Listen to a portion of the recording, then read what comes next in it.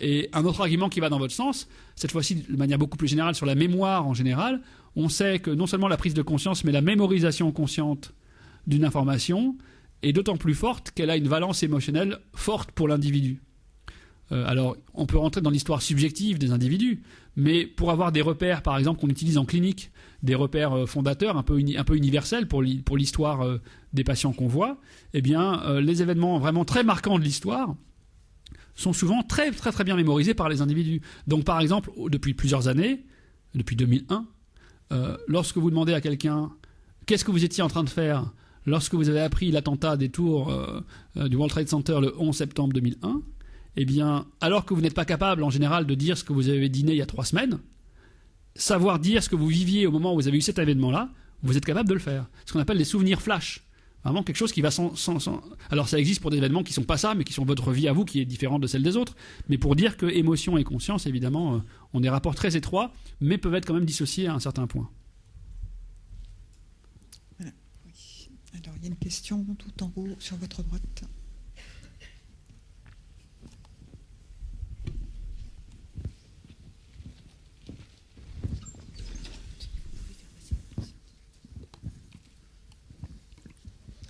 Bonsoir, j'avais une question, c'était à propos du mouvement d'arrière en avant. Je voulais savoir si, et ensuite d'avant en arrière, si on pouvait l'assimiler au traitement bottom-up et top-down. Alors absolument, en fait, il y a vraiment un parallélisme très fort, c'est-à-dire qu'en réalité, donc en psychologie et du coup en neurosciences cognitives, on distingue des traitements perceptifs bottom-up qui sont montants, donc qui viennent de la périphérie vers l'intérieur du sujet, des effets top-down, c'est-à-dire qui viennent du haut vers le bas. Donc par exemple, lorsque vous percevez un objet, ça commence par du bottom-up. L'objet est là, il frappe vos rétines et l'information monte et on a la première vague qui est très bottom-up. Mais si par exemple à l'extrême, on vous demande d'imaginer un objet qui n'est pas là, vous fermez les yeux, vous imaginez une vache, vous faites de l'imagerie mentale, là c'est un processus dont la première étape est une étape top-down, c'est-à-dire que c'est vous qui depuis... alors là ensuite il ne faut pas être dualiste, mais en tout cas depuis un niveau d'architecture cérébrale beaucoup plus élevé que le niveau visuel primaire, on va injecter une représentation, en tout cas susciter un traitement qui va non pas de l'arrière vers l'avant, mais de l'avant vers l'arrière.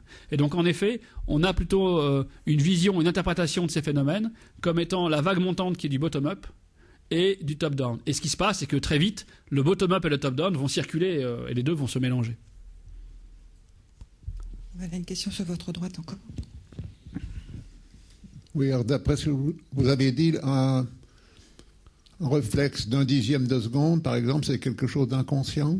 Ça ne fait pas appel à la conscience. Par exemple, un coureur automobile qui est dans une situation qui réclame une réaction. Oui. Alors, dans ces situations qui sont très très rapides, de correction en temps réel, comme ça, de mouvements très rapides, il y a toute une gamme d'opérations qui sont inconscientes. Ouais. Qui sont inconscientes et en général qu'on a des fois même du mal à rapporter. C'est-à-dire que des fois, il y a beaucoup de choses qui sont inconscientes. Par exemple, si on filme un individu, sa mimique faciale est très largement inconsciente. Et vous ne pouvez pas rapporter l'ensemble des mimiques. Des fois, vous faites un grand sourire de manière consciente, etc. Mais très souvent, en fait, on a accès consciemment à ces aspects moteurs de manière extrêmement rare. Et par exemple, pour faire la continuité avec cette image-là, il y a des maladies dans lesquelles vous perdez ça. Par exemple, la maladie de Parkinson, qui est très connue, eh bien, c'est une maladie dont, on va dire, le drame de la maladie de Parkinson, c'est que c'est une maladie dans laquelle tous ces mouvements automatiques sont assez largement perdus. Autrement dit, quand vous êtes atteint de la maladie de Parkinson, cligner des yeux requiert parfois un acte volontaire conscient délibéré. Et la conscience, une de ses limites, c'est qu'on n'a pas conscience de 1000 choses en parallèle. L'inconscient est assez parallèle, assez indépendant, mais lorsqu'on est conscient, on a des ressources limitées. Donc si vous devez penser au clignement, vous êtes gêné pour tout le reste. Alors toutes ces réactions sont enregistrées dans une mémoire morte. Alors il fait appel, comme dans un ordinateur, tous les enchaînements sont enregistrés quelque part. Alors vous avez raison, ils sont enregistrés, mais ils vont donner, lorsqu'ils vont s'activer, à une entrée dans la mémoire vive, on va dire. Ça va être représenté à un moment donné dans le système.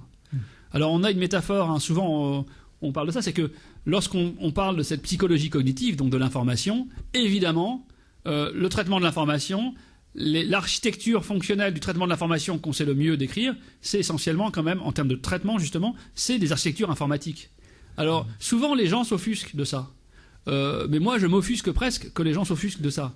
Je veux dire par là que vous vous promenez par exemple dans une grotte préhistorique et vous voyez les contours d'un cerf qui sont dessinés à la main, et puis vous avez une émotion qui vous traverse parce que vous vous dites là voilà j'ai un stigmate d'un artefact d'un être humain conscient qui à 6000 ans a fait quelque chose ici, voilà.